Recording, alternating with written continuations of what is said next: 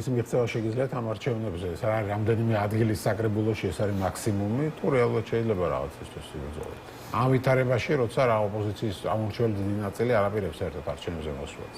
მოგესალმებით მე კიდევ ერთხელ, მოგესალმებით პარლიტრას მაყურებელს. პირველ რიგში ანა წიწლიძეს მინდა მივუღოთ, რომ ქართული ოცნების წინასაარჩევნო კამპანია გახსნად შეუძლია გამოაცხადოს, იმიტომ რომ რუსთავის ეთერში უკვე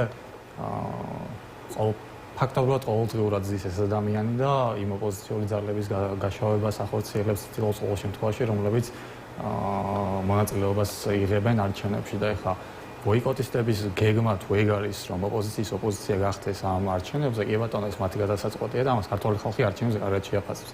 ხა ჩვენამდე ბატონი აკაკი ბობოხიძე ეგეჭდა თქვენ და უსმენდი გულისყურით და როცა კითხეთ რომ თუ რა არის ბოიკოტის მერე გეგმა სირიაზე და ტაივანზე დაიწყო ლაპარაკი და გასაგები არის რომ ჩვენ ყველა ადამიანის გადაწყვეტილებას პატივს ვცემთ და ხალბატონი ანა წიწლიძე რასაც კადრულობს მაგას არასოდეს არ ვიკადრებს და მე პირადად ახლა მირჩენია რომ ხალბატონი ანა წიწლიძემ გამოაძღოს ვიდრე რუსთავის ეთერიდან შემაქოს და რაც შეეხება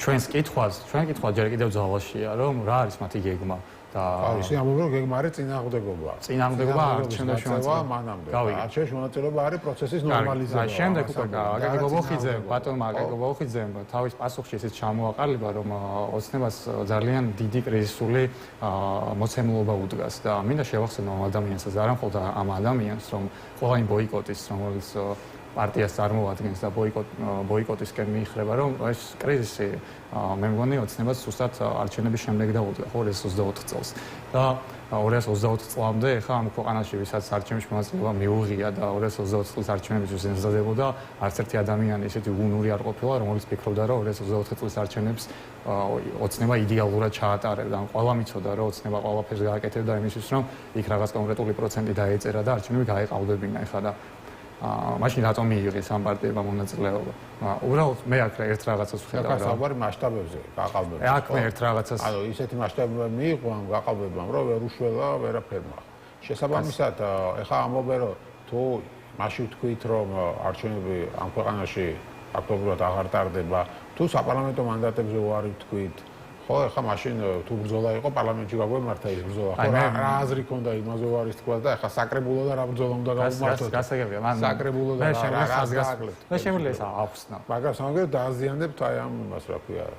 ლეგიტიმაცია კრიზის სიტუაცია დავაზიანებთ. ნორმალი კრიზისული სიტუაცია გადავა ნორმალურ სიტუაციაში. ნორმალურ სიტუაციაში შეიქნება მაშინ თუ საქართველოს ქართული ოცნება მიახსენებს იმას რომ პოლიტიკური დისკუსია საერთოდ ქვეყანაში მოკვდება.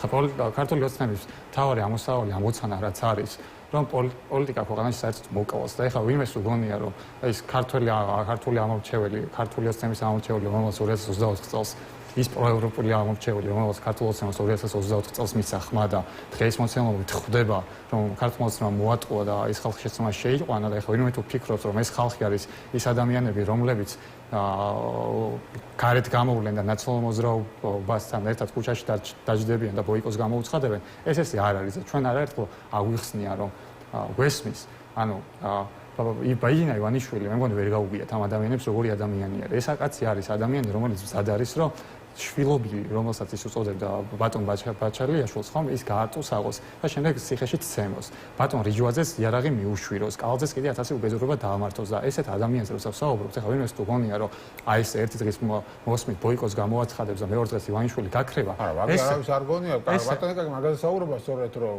პირიქით უნდა გაგრძელდეს ბრძოლა და უნდა იყოს ბრძოლა ბოლომდე და ბრძოლა ივანიშვილთან ბრძოლის მოდი კითხვა შემოვაბრუნოთ ბატონო რა ხდება თქვენ შემთხვევაში აი მაგას ლაპარაკობთ ივანიშვილთან კაცი ყავთ საკრებულოში ივანიშვილთან ბრძოლის ჩვენ მიზანი არ არის რამდენიმე ადამიანი დავსვათ საკრებულოში ჩვენ თუ ივანიშვილის რა ხდება ჩვენ თუ იმაზე ვსაუბრობთ ივანიშვილის ოცნება როგორ უნდა დასტულდეს ამ ქვეყანაში და როგორ უნდა დასტულდეს ის მოცემულობა რაც დღეს მოცემულობით გვაქვს ქვეყანაში ეს თავარი ინსტრუმენტი ამის არის ის ამორჩეველი რომელიც 2024 წელს ქართულ ოცნებას ხმა მისცა არც ფულზე და არც კობახიძეზე და არც კალაძეზე ბიზნეევანიშვილი დღეს რეალურად არ დგას. დღეს დგას იმ ადამიანებზე, რომელიც ის 2024 წლის შემდეგ წლის არჩევნებამდე მოატყვა, რომ ეს ხალხი მიყავდა ევროპისკენ თითქოს.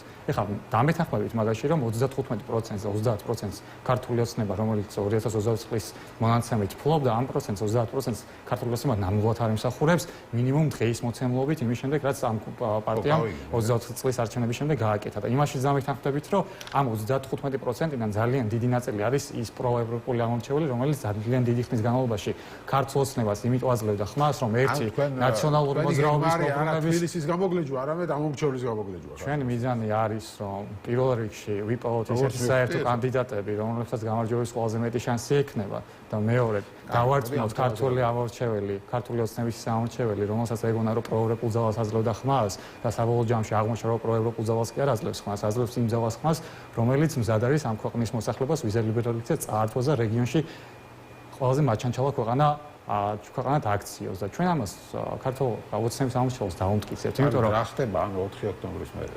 4 ოქტომბრის მერე რა ხდება? 4 ოქტომბრის მერე დავალოთ 4 ოქტომბრის მერე 4 ოქტომბრამდე ძალიან ბევრი რაღაც მოხდება საქართველოში მე დარწმუნებული ვარ და 4 ოქტომბრის მერე კიდე საერთოდ სხვა პარლამენტო არჩევნებია მაჟორიტარებზე უნდა შეთანხმებული იყავით თქვენ ორი პარტია და პროცესი მიმდინარეობს და ეს პროცესი მიმდინარეობს ყოველდღიურ რეჟიმში ძალიან ორივე პარტია ყოველდღიურ რეჟიმში მთელი ძალები ჩართული ამ პროცესში ახლა მაჟორიტარებსაც და მერებსაც რაც შეეხება ამას ჩვენგან გაიგებს და ახლა ბოლო პერიოდი არის რომ ნიხილავდით კამპანიას რუსთავიორის იმედი პოსტებით უნდას ყოველდღიურ რეჟიმში როგორ აქვეყნებს ქარდებს რომ თითქოს ჩვენ რაღაც შეთანხმებას მივაღწიეთ. არა ეს რუსთავიორი და იმედი ხო შეთანხმებას მიაღწიეთ რუსთავიორი და იმედი ამბობს რომ ალეკ ველისაშვილი იქნება თქვენ მერობის კანდიდატი. ავიცი რამდენად დამიდასტურებთ. ბევრ ამის ამბობენ. რამდენად დამიდასტურებთ ამას. მაგრამ სიმართლე არის ის რომ ორივე პარტია ამ წამსაც მუშაობს იმაზე რომ იპოვოს საუკეთესო კანდიდატი. ალეკ ველისაშვილი იქნება მერობის. არაერთი კანდიდატი პასუხოს გიორგი და გიპასუხოს. არაერთი კანდიდატი განიხილება. ალეკ ველისაშვილი იქნება თუ არა ვთქვა ეს არასწორი იქნება. ერთი კანდიდატი არ განიხილება. განიხილება ძალიან ბევრი კანდიდატი და ძალიან ბევრი ამდენი მსურველი არის. შესაბამისად კვლევების მიხედვით, მუშაობის მიხედვით ორივე პარტია შეარჩევს ისეთ კანდიდატს, რომელსაც გამარჯვების ყველაზე მეტი შანსი ექნება და რაც თავი ამას არც ანაწილისგან გაიგებთ, არც რუსთავიორიდან და იმედი და რუსთავიორი და მინდა მოგილოცოთ, რომ იმედის იმაში, რა ქვია, გამოკითხვებში მე მგონი პირველად გაქვს ასეთი მაღალი შედეგი თქვენ ორ პარტიას, კახარიას პარტიას განსაკუთრებით 3%-ს არ აცილებდნენ აქ. და ნაციონალურ მოძრაობა შეშურდა. ეხა მოულოდნელად 10%-მდე ახვედით. და ნაციონალურ მოძრაობა შეშურდა ეს. აინტერესებს რას მიაწერთ ამას, რომ იმედის რეიტინგებში ასე უცებ გაგეზარდათ რეიტინგი, როგორ გქონდა. მან სხვა რამ არის მნიშვნელოვანი. მაგ მნიშვნელოვანია ის, რომ პირველ რიგში ძალიან თვალსაჩინო იყო, რომ ნაციონალურ მოძრაობის წერებს როგორ შეშურდათ, რომ თურმე რადგანაც არჩევნებში მონაწილეობას ვიღებთ, ამიტომ გორბმა ჩვენ რაღაც ეს რიცხვი დაგვიწერა და ნაციონალურ მოძრაობის წევრებმა ეს კარდები მე ხო და რატო დაგიწერათ როგორ გონია? რა მნიშვნელობა აქვს? აი აქამდე კახარიას პარტია იყო ყველაზე საზღვრელი პარტია ამ გამოკვლევებში პირდაპირ აი რაღაცა მე მგონი პატრიოტ ალიანსიც კი გჯობდა და იმას რა ქვია იაგოს გირჩიც კი გჯობდა ყველა გამოკითხვაში და უცებ ახვედით 10%. მაგრამ ბოლოს როცა არჩევნები მოდიოდა ხოლმე ყოველთვის მტკიცდებოდა რომ გორბის კვლევები სიმართლეს არ შეესაბამებოდა. ხა მე ახლა კვლევებში სიმართლეს ვერ შეესაბამებ მაგაში გეთახმებით რატო არ გიწერდათ ვაშნე ეხა რატო დაგიწერათ 10% თუ რამდენი დაგიწერათ ანაწილზე რატო ზის ეს რუსთავიორის ეთერებში ყოველდღიურად მიხეილ სააკაშვილის სასამართლოს დარბაზიდან პირდაპირ ეთერში კამპანიის ჩატარება რატო უწევდა ხოლმე ანუ ეხა გეკითხებით თქვენ რატო დაგიწერათ გორბი არის ოცნების ჯიბის სოციალური კვლევა ოცნება რატოღაც ის მოგცათ ასე ვთქვათ ხელი წაგიკრათ თუ რა დავარქვათ წაგახალისად არ გქონდა ჩვენ ოცნების ახალისება, ხო ოცნებას თუ უნდა ვინმე წაახალისოს, ხო და ოცნება თუ მზად არის წაგახალისოს რეალურად. გიორგი გახარიასთვის გახსნას რუსთავიორზე იმედის ეთერი. აი წახალისება იქნება ეგ. ანა წიწლიზისთვის რო არის გახსნილი და თინა ბოკუჩავასთვის და ნაციონალურ მოძრაობის წევრებისთვის ეს ტელეკომპანიები, წახალისება ოცნებას ჩვენ თუნდა რეალურად და რეალურად ვის ახალისებს. კარგად ჩანს ვისი ეთერები არის გახსნილი ამ ტელეკომპანიაში პირდაპირ ეთერში. ეხლა გორბის კვლევაში რამდენს დაწერს ეს მამუკა მდინარაძე, ეხლა მაგ ვის აინტერესებს. არა, მაგას ვაინტერესებს, საინტერესო რატო დაწერეს. ოცნებას მართლა თუ სურს ოცნებას რომ წაგვახალისოს პირდაპირ ეთერი ყველაფერი ახსნას რუსთაველს და იმედზე და მე შეგვიძლია ეგ თქვენ რა კითხვასაც სვამს. მეგონი წინასაარჩევნოდ მაგისგანაც შორს არ ვარ. ისე შემოტრიალდა იმედის ახლა წყობები. არ ვიცი. მაინც მაყურებელს შევახსენებ, რომ გიორგი ახარიას დღეს ჩორჩანასთან დაკავშირებულ ტერიტორიაზე რომელიც დაიცვა, მაგ თემაზე 15 წლით ედავება ოცნება. სხვათაშორის ბოლო ინტერვიუში ირაკლი ყობახიძე თქვა ასეთ რამ, რომ რატო გაიქცა უკაცო არჩევნამდე მაინც არაფერებით მაგის დაჭერასო. ნუ ცოტა სხვა სიტყვები თქვა, რომ ისო რა ქვია არჩევნამდე მაინც ვერ მოესწრებაო ეს გამოძიება, ვერ მივაო და სადგარბოდა რა გარბოდა. ფაქტობრივად მესიჯი გაუგზავნა, რომ არჩევნამდე არ დაგიჭერთ და ჩამოდიო. ხო, უპასუხებ ყობახიძესაც ესე მოკლედ, რომ ვიზა ლიბერალიზაციის საკითხთან დაკავშირებით ერთ გახარიას არ გაქცეულო და გახარია არ არის ის ადამიანი, რომელიც პასუხისმგებლობას გაურბის ან რაღაც ეშინია და საერთოდ გამტკიცება. ეხლა რაც შეეხება გახარია რატო იმყოფებოდა, ხო? ძალიან ადრე ჯერ კიდევ როცა ეს ვიზა ლიბერალიზაციის საკითხი დადგებოდა, ოცნებიდან უკვე მოდიოდა ის ნარატივები, რომ შეიძლებოდა ვიზა ლიბერალიზაციის საკითხი. არა, ეგ მესიჯი ყობახიძე რატო გაუგზავნა ეს მესიჯი, რომ არჩევნამდე არ დაგიჭერთო და ახლა ეგ ჟღერდა მისი. არ ვიცი, ყობახიძემ და დინარაძემ მესიჯი იმასაც გაუგზავნეს, როგორც აღმოჩნდა რიჯვაძეც და ჯიბეში იპოვა მე წერილით ეს მესიჯები და არ ვიცი, ამ ხალხს უყვარს მესიჯების გაგზავნა და მე პასუხებიც არის ხოლმე ამ მესიჯებზე და მე ძალიან არ მოსწონს და სხვაშორის გორბი რასაც წერდა ხოლმე მინიმუმ 3-ჯერ მეც იღებდა ჩვენი პარტია და ეხლა